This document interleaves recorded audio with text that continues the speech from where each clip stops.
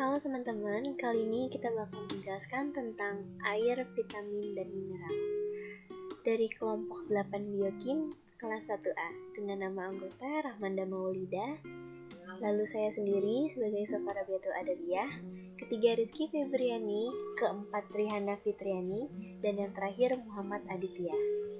Dengan rangkaian materi yang akan kami jelaskan itu satu pengertian, kedua jenis sumber, ketiga fungsi vitamin, keempat proses pencernaan, kelima proses metabolisme, dan yang keenam cara perhitungan, ketujuh metabolismenya, dan yang kedelapan jenis vitamin, dan yang terakhir adalah mineral yang berperan dalam proses metabolisme tubuh.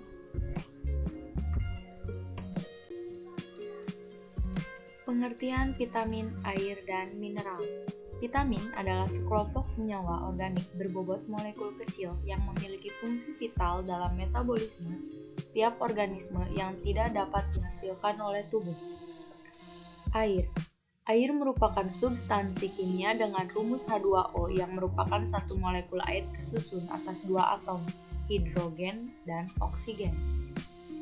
Mineral. Mineral adalah padatan senyawa kimia homogen non-organik yang memiliki bentuk teratur atau sistem kristal dan terbentuk secara alami. Istilah mineral termasuk tidak hanya bahan komposisi kimia tetapi juga struktur mineral.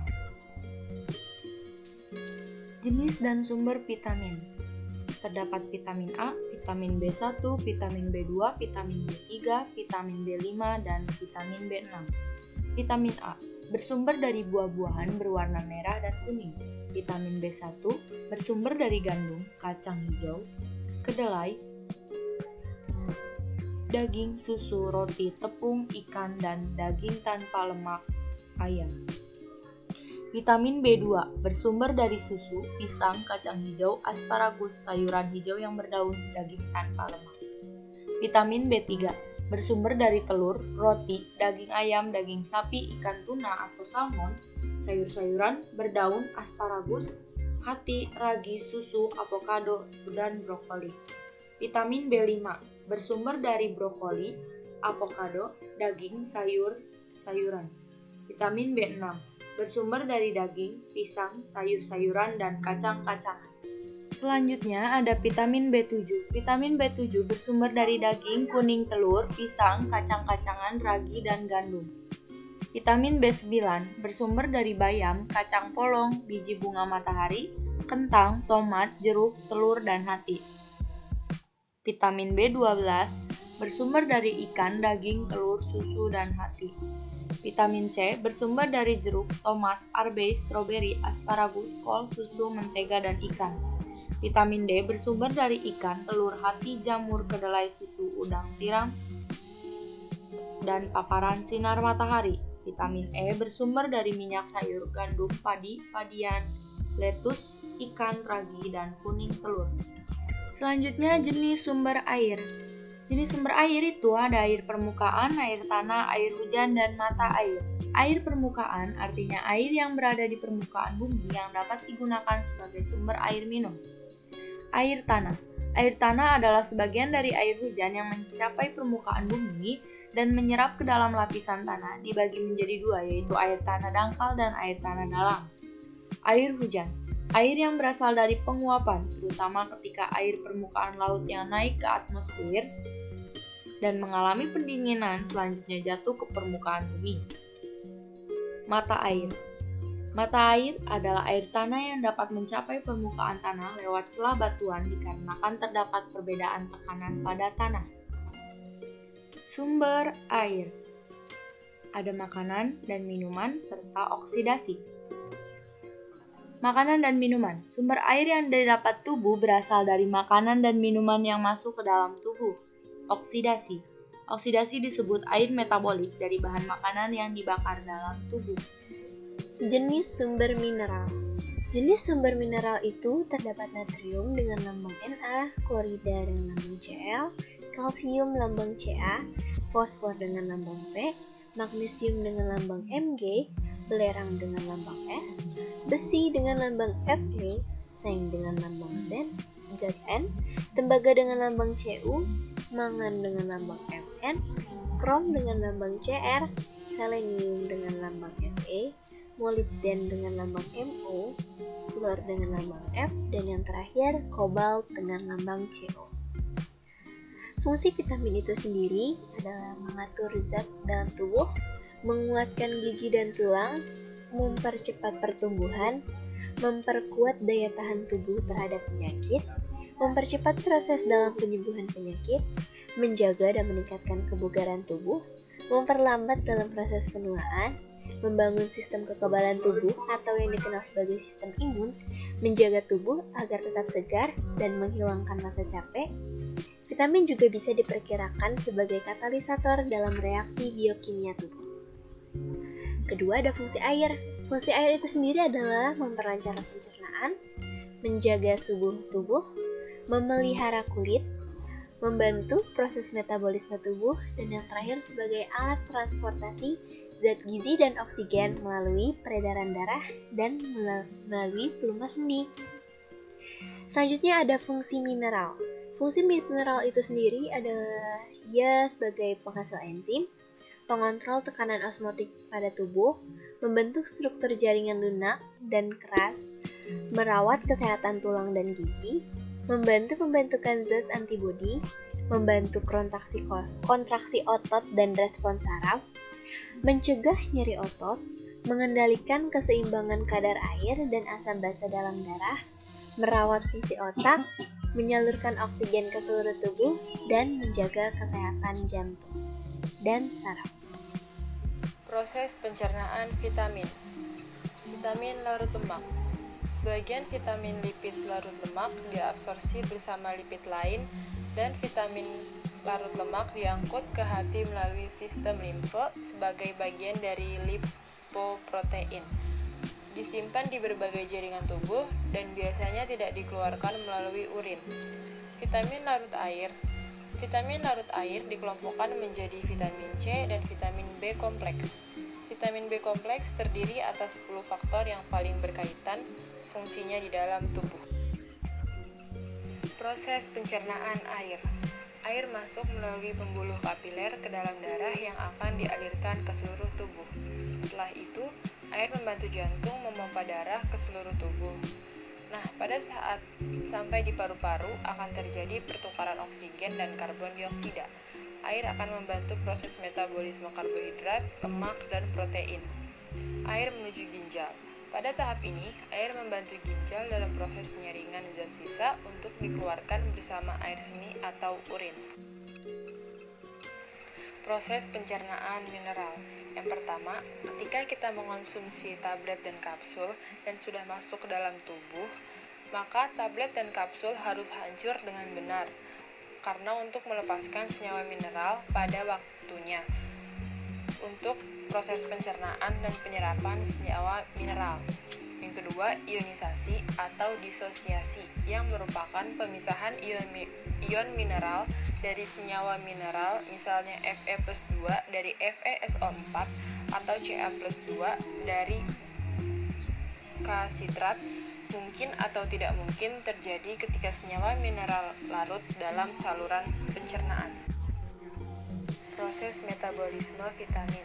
Vitamin yang larut dalam air, yaitu vitamin B kompleks dan C, tidak disimpan, melainkan akan dikeluarkan oleh sistem pembuangan tubuh. Proses metabolismenya yaitu proses pencernaan makanan, baik di dalam lambung maupun usus halus, akan membantu melepaskan vitamin dari makanan agar bisa diserap oleh usus. Vitamin larut air langsung diserap melalui saluran darah dan ditransportasikan ke hati. Proses metabolisme air. Rasa haus terjadi pada orang normal apabila badan kekurangan cairan. Hilangnya air dan garam adalah melalui kulit, paru-paru, ginjal, dan juga saluran usus yang diatur oleh kebutuhan fisiologis. Ekskresi melalui kulit dan paru-paru berguna untuk mengatur panas badan dan sangat sedikit hubungannya dengan intake air. Ekskresi melalui kulit dan paru-paru atau biasa juga disebut dengan insensible perspiration, yang berarti keringatan yang tidak tampak. Sekresi air melalui usus adalah larutan untuk hasil-hasil yang dibuang, dan perlu untuk menghasilkan konsistensi tertentu dari feses. Sekresi melalui ginjal dalam keadaan normal sangat fleksibel. Bila air dalam jumlah yang banyak diminum atau dihasilkan, maka ginjal akan mengeluarkan urin kental sehingga sedikit air yang keluar dari badan. Berkeringat adalah penting, artinya untuk membuang panas badan, karena untuk penguapan diperlukan panas. Proses metabolisme mineral terdapat di dalam makanan dan juga di dalam tubuh dalam bentuk ion positif ataupun negatif. Proses metabolisme mineral dibagi ke dalam 3 kelompok. Yang pertama, makromineral. Contohnya yaitu kalsium, fosfor, magnesium, natrium, potasium, klorida, dan juga sulfur. Yang kedua yaitu mikromineral. Contohnya zat besi, seng, tembaga, dan juga fluorida. Yang ketiga, ultrash mineral diperlukan dalam jumlah yang sangat kecil. Contohnya yaitu yodium, selenium, mangan, kronium, molybdenum, dan baron dan juga kobalt. Mineral dalam bentuk ion mempunyai pengaruh besar terhadap perpindahan cairan tubuh, baik dari luar sel maupun intersel ke pembuluh darah. Mekanisme ini secara keseluruhan turut serta mengontrol keseimbangan cairan di seluruh tubuh, sehingga proses metabolisme dapat terus berlangsung. Mineral akan berikatan dengan enzim tertentu dan mengaktifkan enzim yang bersangkutan, sehingga berbagai reaksi biologis dalam tubuh dapat terus berlangsung. Prinsip mekanisme ini adalah perpindahan ion mineral antar sel saraf di sepanjang serabut saraf. Mineral yang berperan terutama adalah natrium dan potasium yang bekerja menghantarkan impuls antar membran sel, serta kalsium yang akan merangsang ke seluruh saraf untuk mengeluarkan molekul neurotransmitter, mengikatnya, dan menghantarkan ke sel saraf lain. Mineral membentuk garam dan senyawa lain yang relatif sukar larut, sehingga sukar diabsorpsi. Absorpsi mineral sering memerlukan protein pengemban spesifik atau specific carrier proteins. Sintesis protein ini berperan sebagai mekanisme penting untuk mengatur kadar mineral di dalam tubuh. Cara menentukan status gizi orang dewasa yaitu berdasarkan indeks massa tubuh atau IMT. Nah, cara memperhitungannya itu berat badan dijadikan kilogram, lalu dibagi dengan tinggi badan. Nah, tinggi badannya itu dijadikan meter, lalu dipangkatkan 2. Nah, setelah itu IMT jika kurang dari 18,5 yaitu status gizi kurang atau kurus. IMT antara 18,5 sampai dengan 25 status gizi normal. IMT antara 25 sampai dengan 27 yaitu berat badan lebih. IMT lebih dari 27 yaitu obesitas atau gemuk. Fungsi mineral. Hormon yang berhubungan dengan metabolisme air dan mineral yaitu hormon paratiroid dan hormon kalsitonin. Lalu, hormon paratiroid merupakan rantai polipeptida tunggal yang terdiri dari 84 asam amino. 34 asam amino pertama merupakan bagian yang penting karena menentukan aktivitas biologisnya. Hormon paratiroid disintesis dalam kelenjar paratiroid. Lalu yang ketiga, kalsitonin merupakan hormon polipeptida yang berelek hipokalsemik dan hipolos latemik. Hormon polipeptida ini terdiri dari residu 32 asam amino yang membentuk rantai tunggal lurus. Macam-macam vitamin yang larut dalam air yaitu vitamin B1, vitamin B2, vitamin B3, vitamin B5, dan vitamin B6. Larut dalam air lanjutan itu ada vitamin B7, vitamin B9, vitamin B12, vitamin C. Dan larut dalam lemak ada vitamin A, vitamin D, vitamin E, dan vitamin K. Jenis mineral yang berperan dalam metabolisme itu ada natrium, klorida, kalsium, fosfor, magnesium, mangan, krom, dan selenium.